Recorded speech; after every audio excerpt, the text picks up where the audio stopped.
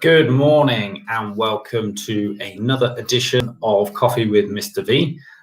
This one is the first of two that I will do on price controls. So price controls meaning government intervention to fix the market price, whether that is a minimum price or a maximum price.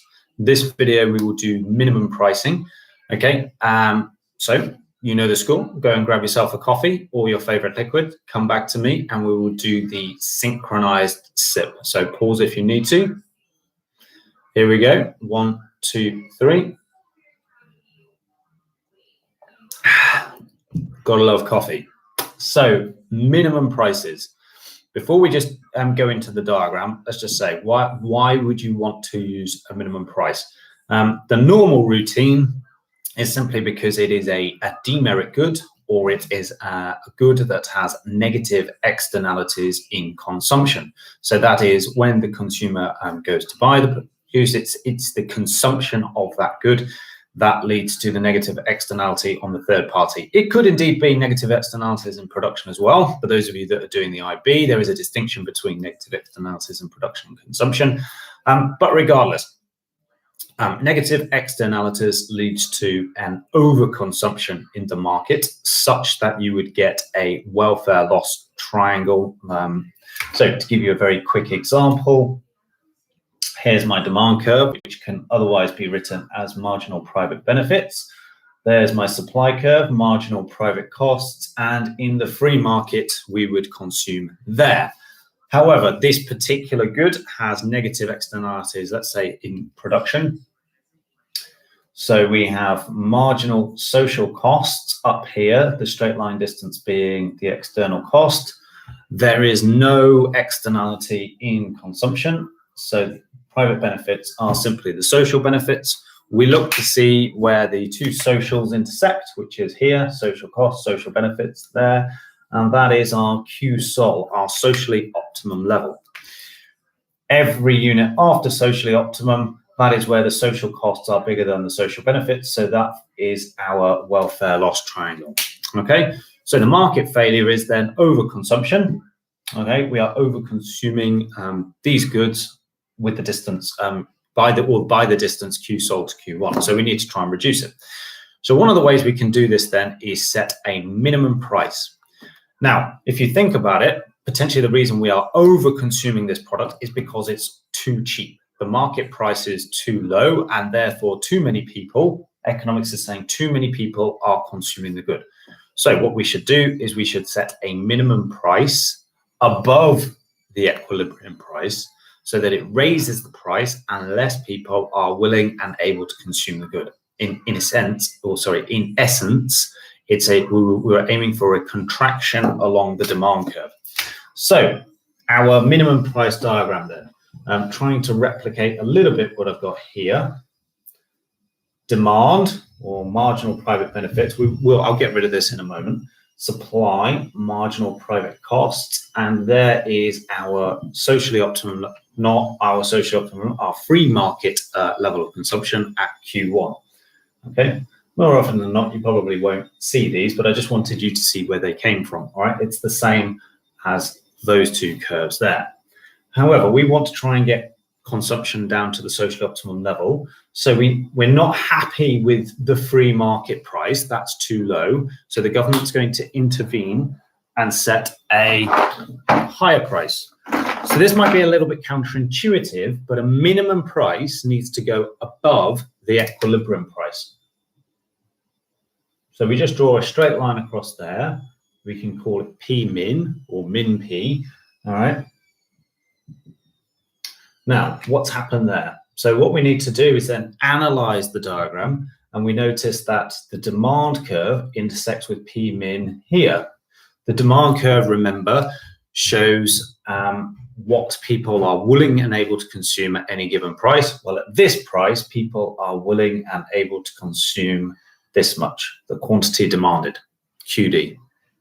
From a supply point of view, okay, the supply curve shows what producers are willing and able to sell at any given price, okay? So where the P min intersects with the supply curve is here, okay? And we will call this QS. Right. The main reason we use this, remember, was to try and get consumption down to Q-sol. Well, if you have aligned this correctly, you will notice now that the number of units that are being demanded by consumers is at Q-sol. QD and Q-sol are at exactly the same place. So that's a good thing. We have solved the market failure. People will only want to consume the socially optimum amount of this particular good. What is unfortunate, though, is that producers would have liked to have sold more. Okay, they would have liked to have sold QS. But don't get into the habit of thinking that these stuff will actually exist. All right, we would call this distance here, by the way, excess supply. If producers actually went and produced all of those units, then there would be, lots of kind of, I don't know, let's assume it was some sort of agricultural good. There would be lots of rotting vegetables because they would have been overproduced and there weren't many people to buy them. But in real life, producers aren't actually going to produce all of this stuff because they know that the demand will actually finish there. So producers will probably just end up producing at that point. Okay, which leads you then nicely into what's the impact on consumer surplus and producer surplus. Well, consumer surplus was all of that triangle before the imposition of the minimum price, but now it is just that. Consumer surplus, remember, is the difference between what consumers were willing and able to pay, the demand curve, and what they did pay, the price. So it was P1, but now it's P-min, so we have lost quite a lot of consumer surplus. Producer surplus. Producer surplus was all of this triangle here. Okay, producer surplus, remember, is the difference between what producers were willing and able to sell at and what they did sell at. But now, okay, it is the difference between the supply curve, what producers were willing and able to sell at, and the new price, which is up here. But bear in mind that they will stop producing at QD. They're not going to produce up to QS. In the real world, they'd love to produce that many at P-min because P-min will cover their marginal costs up to that level. But since nobody's going to buy beyond QD, why would they? That doesn't make any sense. Okay, so producer surplus is actually then this area here. It's bounded by that red dotted line there, which is QD. So you can see that producers are actually doing quite well at this policy, whereas consumers, from a consumer surplus point of view, not so well. We have fixed the market failure, but as I say, consumers are kind of losing out from a producer point, so from a surplus point of view. Producers are kind of gaining. They've lost that little triangle there, but they've gained that area there. So producers are kind of winning from this as well.